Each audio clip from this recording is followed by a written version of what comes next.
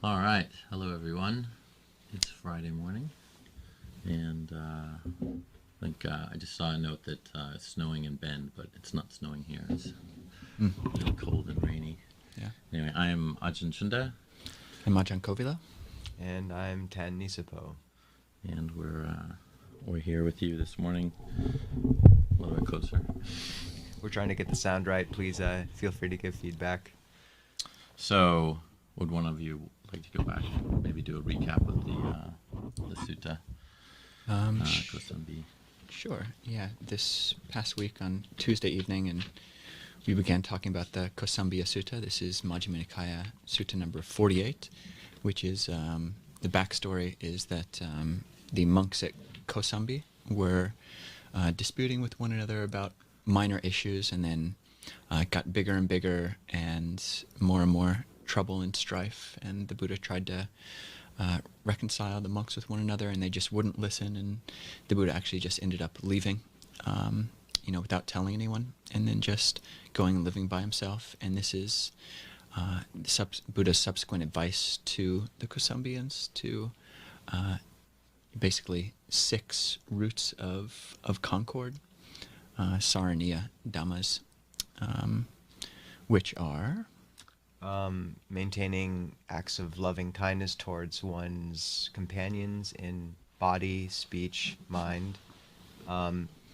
Whatever one gains, one is gained in a righteous way. One does not consume them without having shared them first with one's venerable companions. That's number 4. 5 is one dwells with sila, or virtue, in harmony with those around one. And then the 6th is right view, which is noble, leading outward, penetrating, leading to the end of stress. And of all of these, the 6th is what the Buddha designates as the ridgepole, the summit, the most important of all. And then he goes into 7 different aspects of that view, which perhaps we'll delve into. But yeah. Well, one of the things that I thought was connected with this sutta is where the Buddha goes afterwards. Do you remember how he goes to see Anuruddha? Yes. So this story has a number of related suttas. I think the Upakilesa Sutta, Majjhima 128, deals with where the Buddha went afterwards. So after he left these these fighting monks, he went to go stay in a forest by himself for a while, with Palalai forest.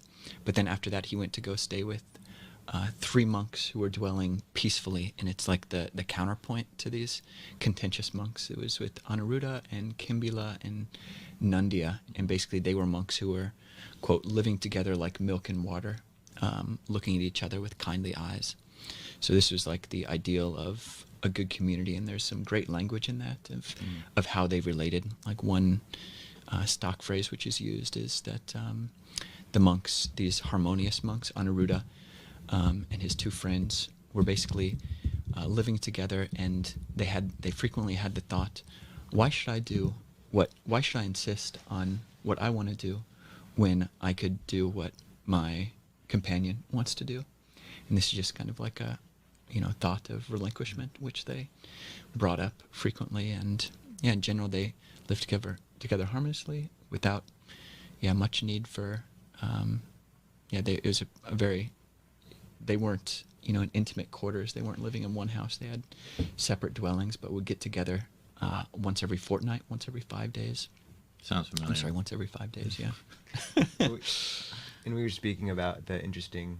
Sorry, Ajahn Kola, Please. We were speaking about an interesting fact that in a sutta that's very similar to that one, or perhaps it's really the same but in a different one. It's called the Chulagosinga Sutta. But after the Buddha sort of talks to Anuruddha and his companions about how they accomplish this, and they sort of talk about thinking about one another, there's this sort of stock image that comes up where the devas, the angelic beings, Anumotana, rejoice in this sort of concord, and then it echoes up through the heaven realms. And this sort of echoing of the cosmos only happens 3 or 4 times in the whole Sutta Pitaka, as far as we can tell.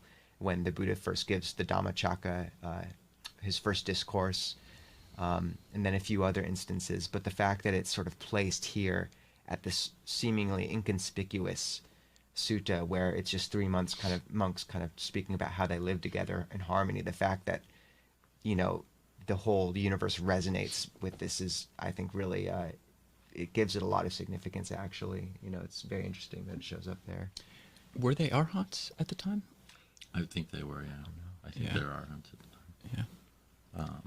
But I can't remember. I mean, when you think of Anuruddha, you just think of him as already being that, but not Right. necessarily the case. Right.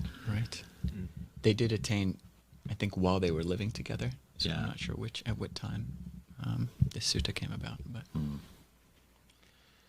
Yeah, it's quite a beautiful sutta because it illustrates something that's so incredibly simple, but so hard for human beings to do, which is to set aside our own kind of desires for what we want to do and help other people in terms of what they're doing.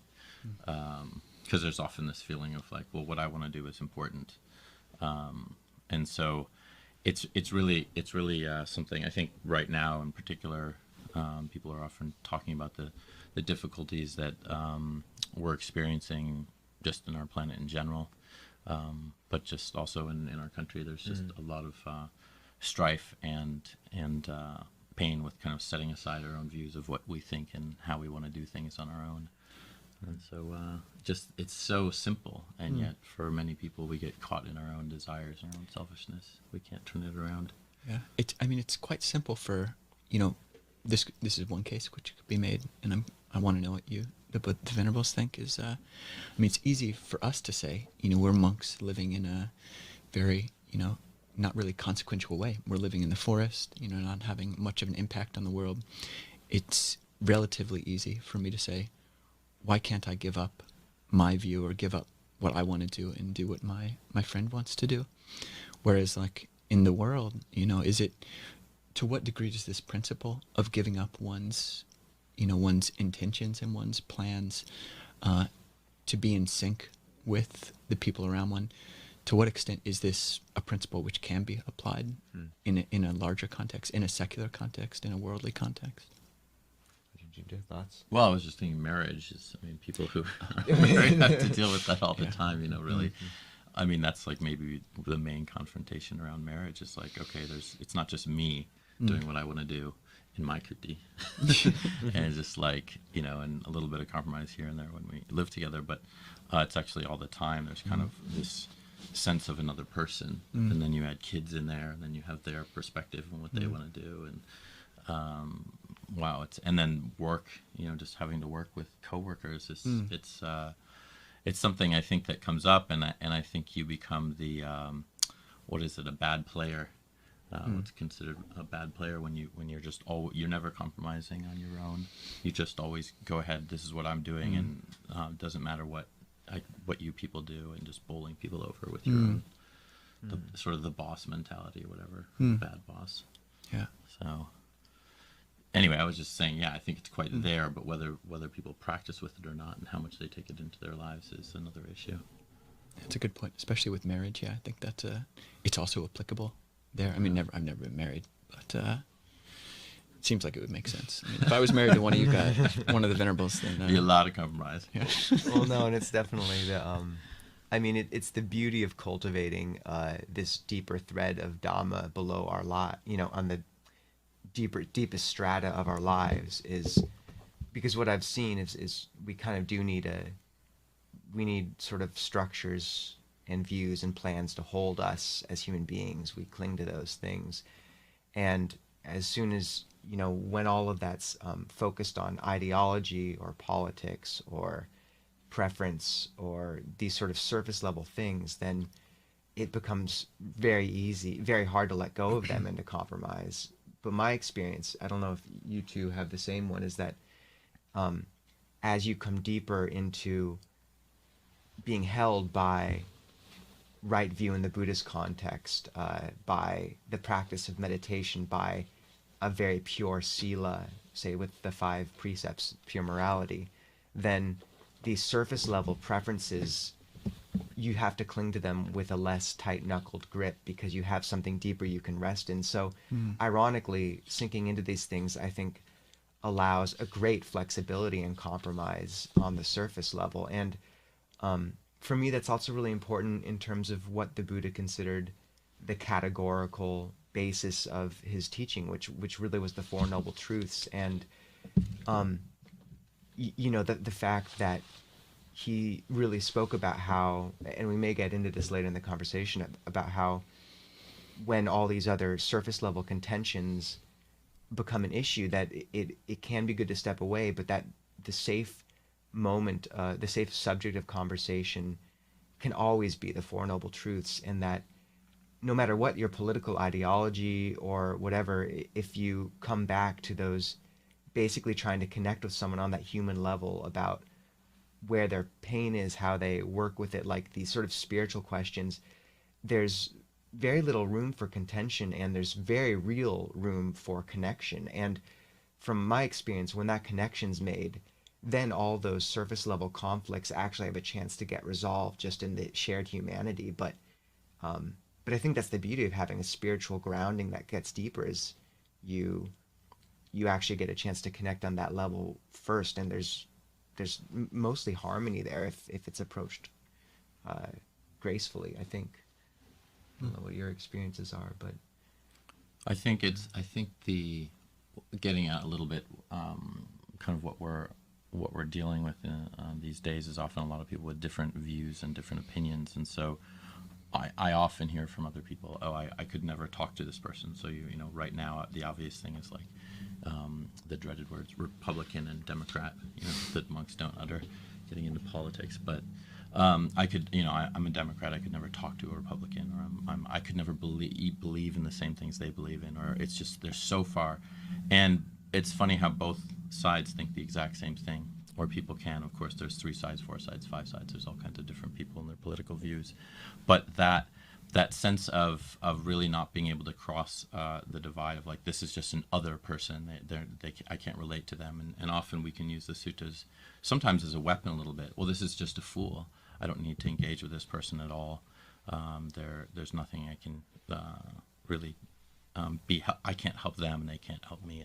There's nothing there.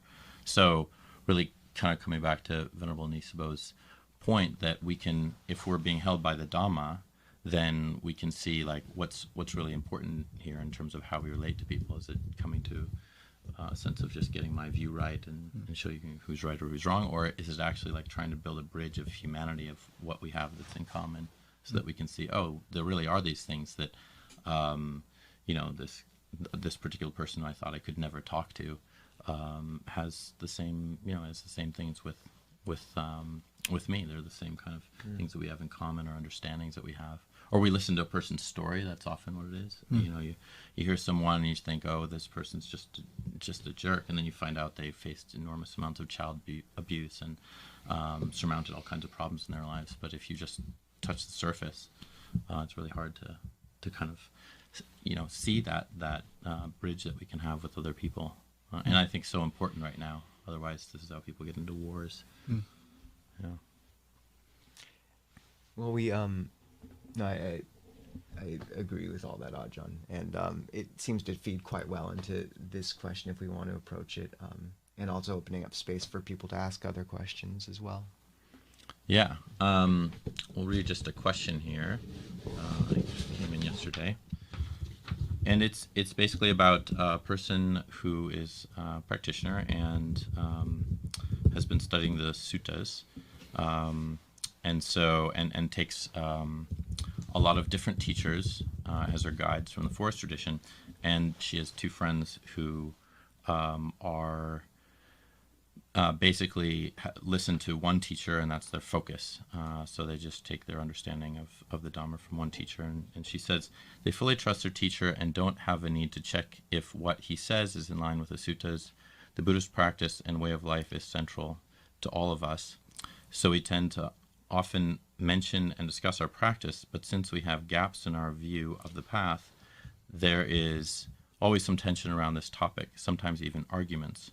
On the one hand, I think to myself, what Kalyana Mittas are for if we cannot share one another's experiences on the path. On the other hand, creating tension and arguments over the Dhamma is absurd. It's going exactly in the opposite direction. So this is just asking about our input in this, and brought up, we already mentioned this a bit, but a sutta, it's Samyutta Nikaya 56, verse 9, or 9. And that talks about how, monks, well, in this statement, it's about correct each other. So yeah, it's a very good topic. Go ahead. Yeah, it's a good question. We've kind of been talking around it. Right now, we're pulling up the discourse that this person asked about, Samyutta 56.9, and it's really a beautiful discourse. And we might, once we get it up, it might be nice actually to read some of it, because it's almost like verbatim some of our, just a common human thought process where one is thinking, I'm right, you're wrong. My position is completely correct, yours is completely wrong. We're putting it in the chat right now. Could you go back to the actual? So here's what the discourse says. So, bhikkhus, or practitioners, do not engage in disputatious talk, saying, you don't understand this Dhamma and discipline, I understand this Dhamma and discipline. What you understand this Dhamma and discipline. You're practicing wrongly, I'm practicing rightly. What should have been said before, you said after. What you took so long to think about has been overturned. Your thesis has been refuted. Go off and rescue your thesis, for you're defeated, or disentangle yourself if you can. And the Buddha says, why shouldn't you utter such disputatious talk? Because this talk is unbeneficial, irrelevant, and doesn't lead to basically direct knowledge, to peace, to enlightenment, and to nibbana. And then the Buddha's advice, what should you talk about? You should talk about the Four Noble Truths. This is suffering, this is dukkha, this is the cause of suffering, this is the cessation of suffering, and this is the path leading to the cessation of suffering. So that's kind of what Nisabho was summarizing. And one thing which might be interesting for us to look at is actually how to do that.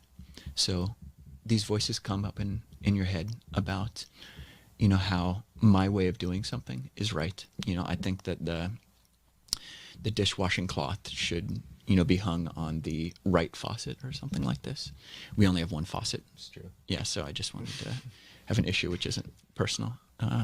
Which side of the sponge we use? That's right. Yeah, don't go there. Don't go there. But how do you actually take this view, which I'm attaching to, which can feel really strong, and then actually shift our way of talking and speaking with one another to be about the Four Noble Truths? Like, what is it about the Four Noble Truths that make it so de-escalating and de-proliferative? I think it is that whole sense of universality that Venerable Nisabho was talking about. So, no, you can't really argue with it. Just, is there suffering? If somebody was to deny their own suffering, it'd be quite odd. Say, oh, you don't have any stress in your life, any difficulty in your life, or any kind of problem.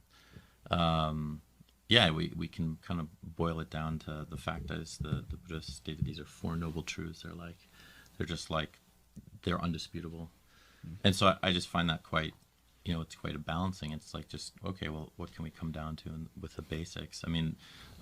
This person who's talking to her friends, I think it's, as you were starting to talk about, like, we have these views of right and wrong, and I'm not, we want to just say, well, my teacher's right and your teacher's wrong, and, let me show you. And I think it's important to look at that, because there's suffering, obviously in that, holding to that view of right and wrong. But then trying to come back of, well, what about just taking an interest in your friends and what they have to say, and like really try to understand, well, why do they think that, or how did they get that, or what's their idea? You might even learn about your own practice, your own kind of misunderstandings of your point of view, because when we often think I have this view that's correct, we're missing the nuances or the possibilities that somebody might show us that our view might not be completely correct, which is usually the case for unenlightened people. That's a good point. Actually, like, looking at both our own suffering, our own dukkha internally, but also, trying to think about the other person's dukkha. Like, why am I attached? What kind of internal pain, mental or physical, am I kind of expressing, in this view or this kind of take on things, and why are they similarly holding on to their view? What what's the pain behind it, basically. It's Yeah. a good way to get perspective. Yeah, I agree. And it relates to a bit what Kevin is asking of, are there any gratitude practices or reflections suggested by the Buddha or practiced by you venerables that have been helped in living harmoniously? And yeah, for me, the this whole looking at the Four Noble Truths and like what, where someone's clinging is coming from, but also internally my own neuroses, having so many of our more problematic patterns and sankharas are, I feel from, they were survival mechanisms and they had a place, and really honoring what they've done, like they've saved us usually. Like if we're the overly outgoing person, maybe it's because we really needed a way to kind of attract our parents' attention because we were ignored, and really honoring them and then saying, I don't need this anymore though. And I think that's one way of looking at dependent, origination, and also the truth of suffering in a very real personal context. And I think it can be applied externally, seeing how someone's own conditions led to them being where they are. So that's been a very helpful reflection for me, and also the whole reflection on taking someone in who's especially difficult for me as a teacher, and really thinking like if it was a sort of Kruba Ajahn, a well-practiced, esteemed teacher, giving me the same advice, like really trying to refine my conduct or calling me on insignificant things or things that feel insignificant, I would be taking it as a teaching and refining my conduct. So why can't I just place this person on that pedestal and use it as that, basically take them as a teacher in a certain way. And for me, that's been a very helpful reflection. But also to come back to this question, I think that it is really good to come back to the Four Noble Truths, but also I think maybe you venerables have the same experience, that sometimes it is really, if it's approached from a place of like calm and really listening and trying to kind of parse things out, speaking about Dhamma with each other is important, and clarifying these points can be, the Dhamma is precious, and we don't want to be conveying the wrong Dhamma to each other or speaking on it. So for me, there is benefit from a good place, like having those conversations and parsing things out in quite a lot of detail, especially if there's a shared basis of knowledge, like the Sutta Pitaka or something like that, where we can both refer to. What are your opinions on? Yeah, absolutely. I mean, we keep coming back to the fact that I think it's undeniable that there's things that all of us share, and so just trying to kind of see the possibility that people have something to give us. There's always some possibility. I think one of the things that's helped me a lot when I can catch myself often when I'm just engaging with another person is, when you're human beings have this amazing capacity for being able to converse and use language, and the possibility of doing that is often like what's going on in our mind. I'm going to communicate, I'm going to say something here. But if we actually come to a sense of trying to understand, so actually focusing on, well, my whole goal in this conversation is just to understand this other person and their perspective, then it's very different than what's my agenda, what do I have to say, what's my response going to be. If anytime somebody actually has a conversation with somebody and they just keep saying to themselves, no non-response, trying to not really bring up that sense of what am I going to say next? How am I going to fix this person? What am I going to say to them that's going to help them see more clearly, or my point of view that I'm right, or whatever it is. If we just kind of really like quash that and try to see the suffering in that, and see more like, well, an understanding is what's going to allow me to really get somewhere in the conversation. I can't really get anywhere without focusing on that one thing, and then listening comes from that understanding. And so it's a sense of listening and understanding that then allows us to actually bring something in, and I think offer something back. Yeah. It's helpful. Yeah, there's the prayer of Saint Francis of Assisi has some similar verses, which, I mean, just the way it's framed, I really appreciate. And it's like, quite succinct and easy to memorize. So like, may I seek to understand more than to be understood, or may I seek to, this is kind of an elaboration, may I seek to appreciate more than be appreciated. And yeah, these are good reflections. Another discourse from the Samyutta Nikaya, the Samyutta on similes, the Buddha tells this story of a jackal who I think in some way shows its capacity for gratitude towards another jackal. And then the Buddha says, in the same way, monks, even if a jackal can show gratitude, can feel gratitude, how all the more as humans should we feel gratitude. So thus you should train yourself, monks. We will be grateful and we will be appreciative, even for what has been given of very small measure. Mm-hmm. And this kind of phrasing, where the Buddha says, thus you should train yourself, it's a specific formula which comes up probably like about 100 times or so in the... You made a book of it, didn't you? There's a book of it, yeah, of every instance in the canon, but it's specific formula which comes up, and it's good to note where these come up. The Buddha's saying you should train in this way, and it's phrased with the Pali equivalent of a quotation mark, so it's almost like it's the Buddhist equivalent of affirmations, or basically something. It's almost like Theravada mantra practice. I will be grateful and I'll be appreciative, even for what's given of small measure. I will be grateful, I'll be appreciative for even what is given of small measure. And just repeating that to oneself, like even as you're having ungrateful thoughts, can be really transformative. And the more you do it, then the deeper it can go, and the more genuinely you can feel it and tap into that. So that's one way to practice gratitude that comes up in the suttas. Yeah, and I think the whole, what we're getting at in terms of how to, keep this gratitude at the forefront and sort of move towards that rather than irritability with one's fellows in the holy life or one's, anyone really. It taps into a bit of Ryan's question on any advice facing agitation and irritability in practice, and probably also touches a bit on how to deal with a teenager. And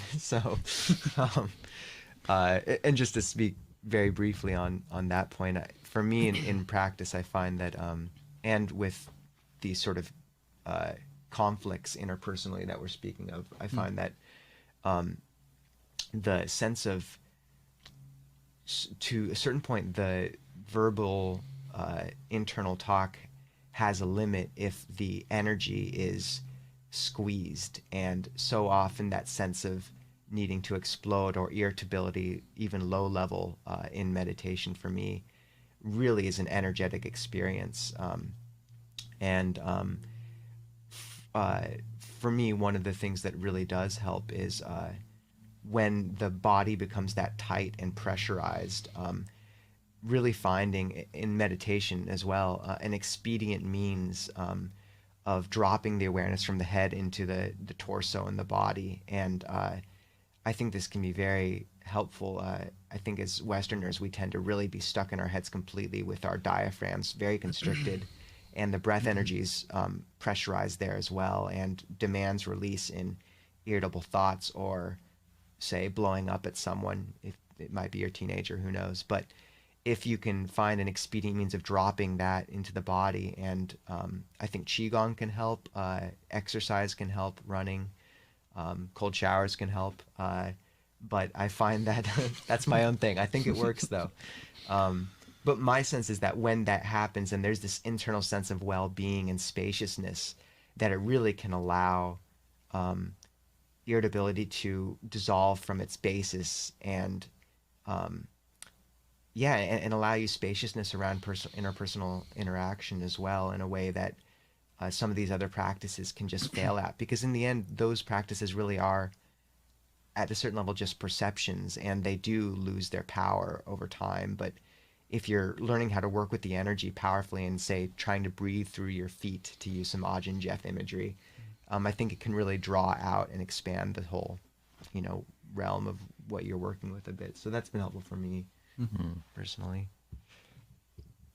Yeah, it seems like there can be like a dynamic approach sometimes rather than just it's like sitting practice or walking practice, or whatever. You just highlighted a bunch of different things that work for you that are really, I think, come back to one thing you said, which is just internal well-being. And I think it's important for us to not forget that that's what this practice is really about. Like, you can't realize the Dhamma without internal well-being. You can't really have a mind at rest that can receive the Dhamma if it's irritable and reacting all the time.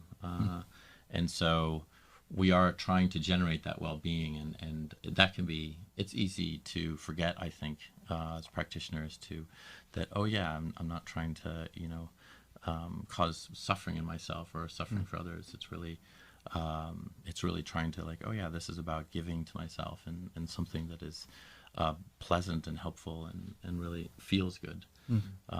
And so sometimes I think the focus is on, I have to get this right. I have to make sure that I'm peaceful and calm, and we really kind of can create irritability if we focus in the wrong way. But it's just such a common thing to deal with aversion. It's such a it's just behind desire, and in fact it's part of desire. Aversion is just the desire to not have something or be away from something. So it's still a desire, and so instead of pulling, we're pushing. But it's, not to also take it personally. It's so normal to have irritability, and sometimes if we're irritable with each other, it does happen sometimes. It's interesting just to watch that in the mind, and it's not like I want to torture myself with it later on, but I can feel it. I can feel it as reverberation in my heart when there's been some difficulty between one of my brothers in the holy life, and I have to kind of experience that, later on. Rather, it obviously right in the moment there's also an experience of that, but it sort of reverberates. It's like that ringing of a bell, and we're always trying to make it so that we're more like a cracked bell, as the Buddha said, so that there aren't reverberations if people strike us. But there usually are reverberations if we strike ourselves by hurting others. Well, in the Vitakka Santana Sutta, which is like means of calming thought, the means the Buddha gives, like driving out a coarse peg with a fine one, closing one's, like ignoring it, then sort of just paying attention, looking at the drawbacks, crushing the thought, and then calming the mind slowly. And what you're pointing out, Ajahn, around like berating ourselves for our own aversion or having more aversion, like 3 or 4 of those means can pretty easily become that, but this thing about steadily like calming oneself down, and I think the Buddha uses the image of like a man running, saying, why am I running? Let me stand. Why am I standing? Let me sit down. Like, for me, that relates to this whole practice with calming the energy in the body and relaxing it, and it's not as easily twisted into aversion as these other kind of means that are put out in the sutta a bit. And it's also, isn't it, becoming attracted to non-aversion. So it's kind of like when you start to really practice with a sense of irritation, annoyance, and these things are coming up, you do feel how painful it is to hold those experiences. And then eventually, as we were talking about, that the whole process of working with that and being aware of it and letting it go is that, oh yeah, this feels a lot better.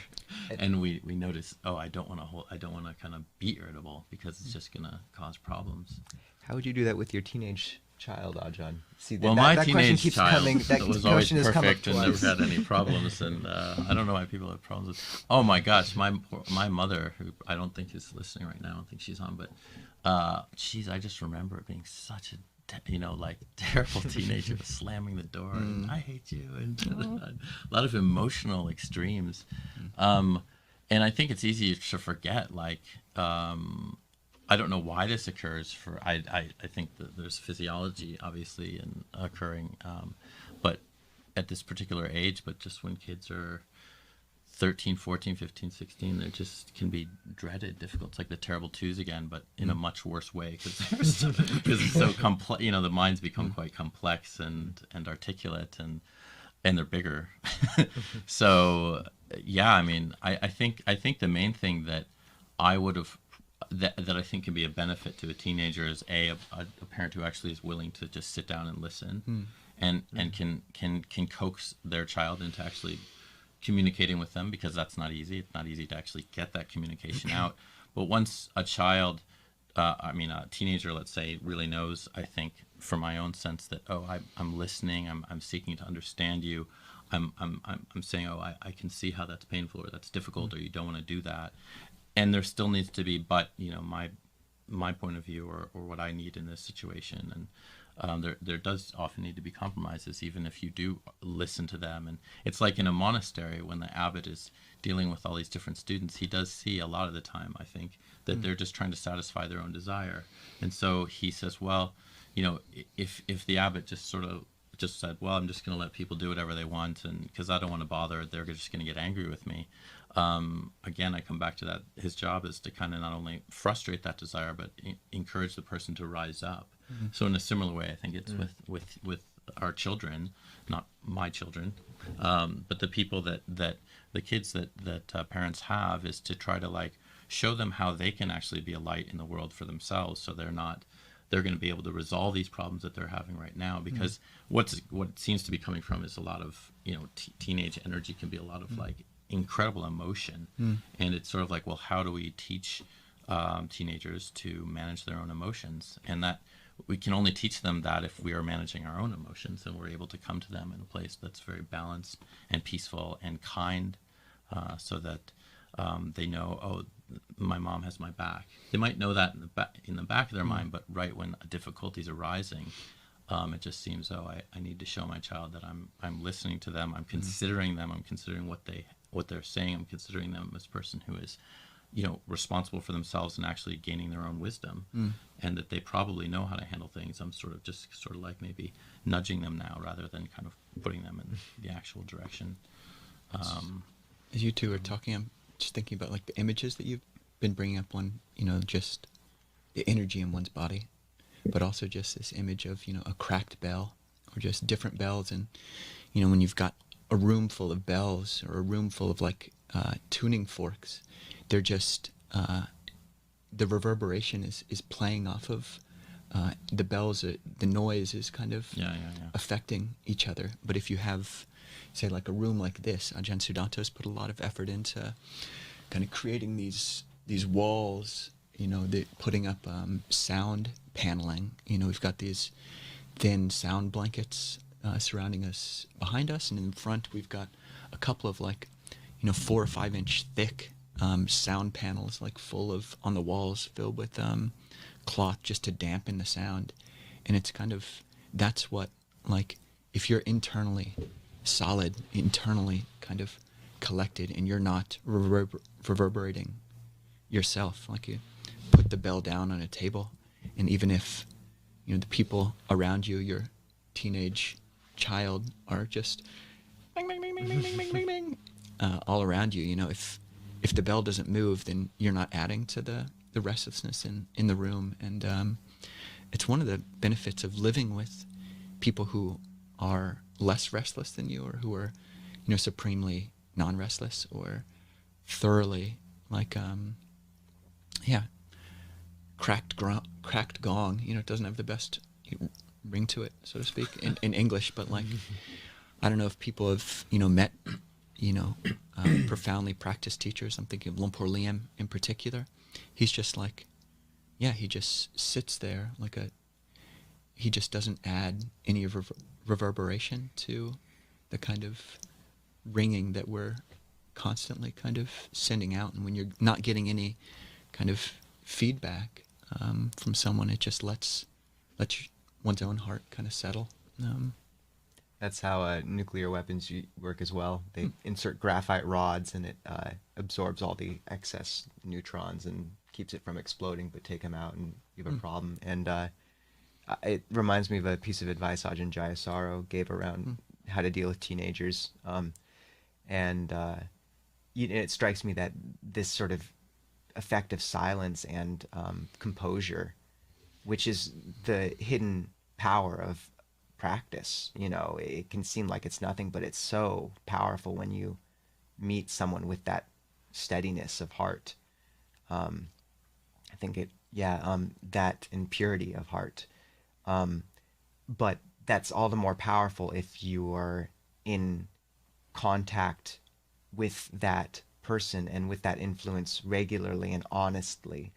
And if there's a relationship cultivated with a teenager where they're hiding most of their life from you, then there's very little chance for that kind of mirroring and sort of reassuring glow or relationship to form.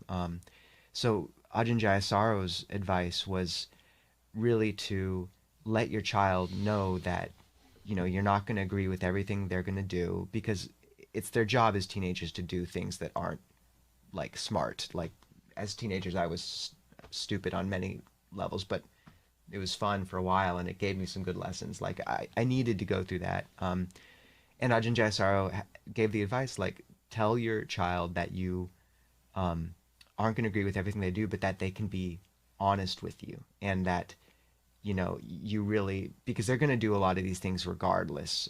Obviously, there's a limit to this. If they tell you they're going to try meth or something, you might want to jump in on that one. But with a lot of the things that they're going to do, they're going to do them anyways. But if they're being honest with you, and you're really maintaining some equanimity around it, and that relationship's kept up, then there's a chance for that relationship to remain somewhat steady and constant even through this difficult period, and that influence to remain. And I found that very helpful advice. I mean, I'm sure you'd have to hold it judiciously, and I've never had a teenage kid, but it seemed like a good way of making sure that softening effect that Ajahn Kovilo is referencing is available regularly. And yeah, I think what you touched on with honesty is pretty important.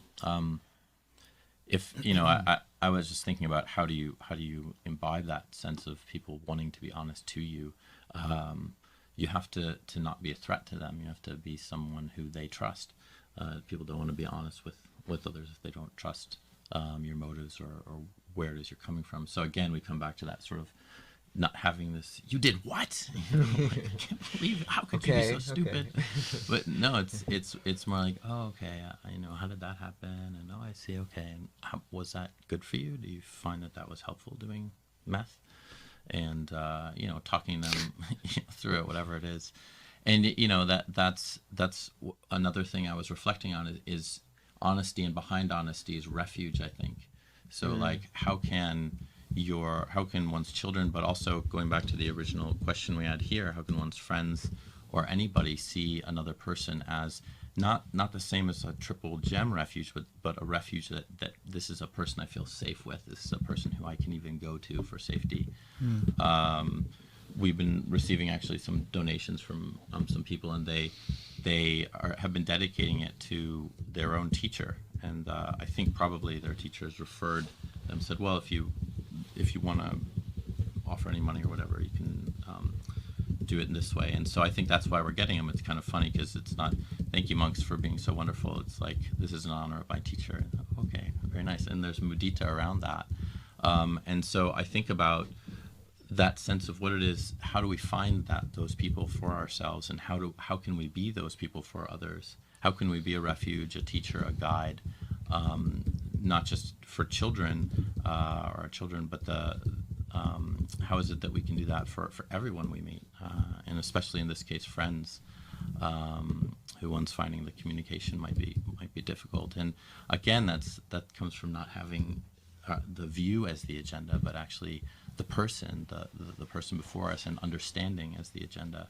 And so for people, I mean, it's really amazing not only just to when one isn't affected by another person, so that you see that other person is like this cracked bell, they don't resound when struck, but also like they're there as someone who you feel like you can go to. This is a person who in my mind I can go to. We often have our own teachers in that way, who's helpful to me and who I really want to go to for that understanding and clarity. And I just think it's great to kind of reflect how does that person get to be that way, that one is a refuge. And it does come back to honesty and caring, not being judgmental, or especially I think coming from your own sense of this is what I think, this is my agenda for this person, this is how maybe even I want to manipulate them or push them in this way. And we can find, I think, that just by being open, people might even go in the direction we wanted them to go in. But that becomes irrelevant because we're just there for them. We're not there for our own agenda. So, It's a really good point. Refuge behind the honesty. I really like that. yeah. Like, because I think if we keep saying to ourselves when we're with other people, like, how can I be a safety for this person? How can I be something that they see as trustworthy?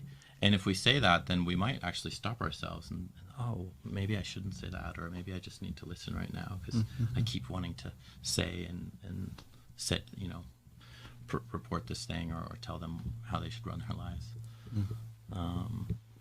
Don't let them use smartphones too much either. Yes, that's technology. Be careful of technology.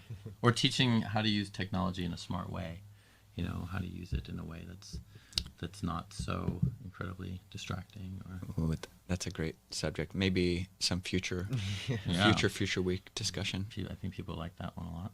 And that topic. Yeah, and also just to have sympathy for your kid. Middle school was a hell realm of some kind, I feel, for me. So yeah, and high school is a really tough place. I mean, bullying and just a lot of pressure around like what is expected, and we carry this into our lives after that too.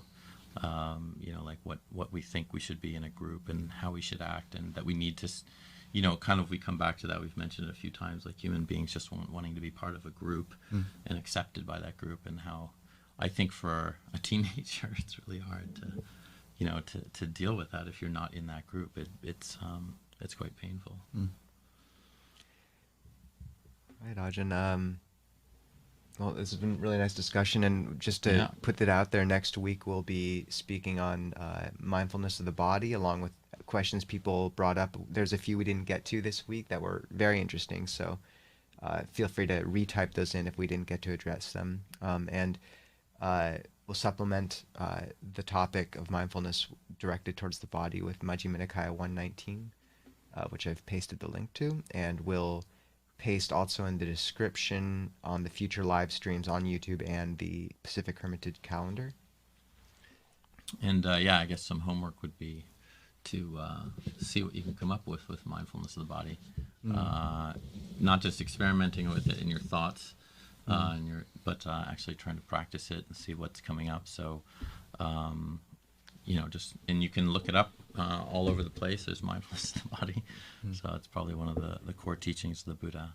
Try it out and let us know what you think. Yeah, what does it mean to inhabit your own body? And if people do have good anecdotes of how they did deal skillfully with teenagers, I personally would be very curious to hear them. So feel free to, paste them or likewise at some point. All right.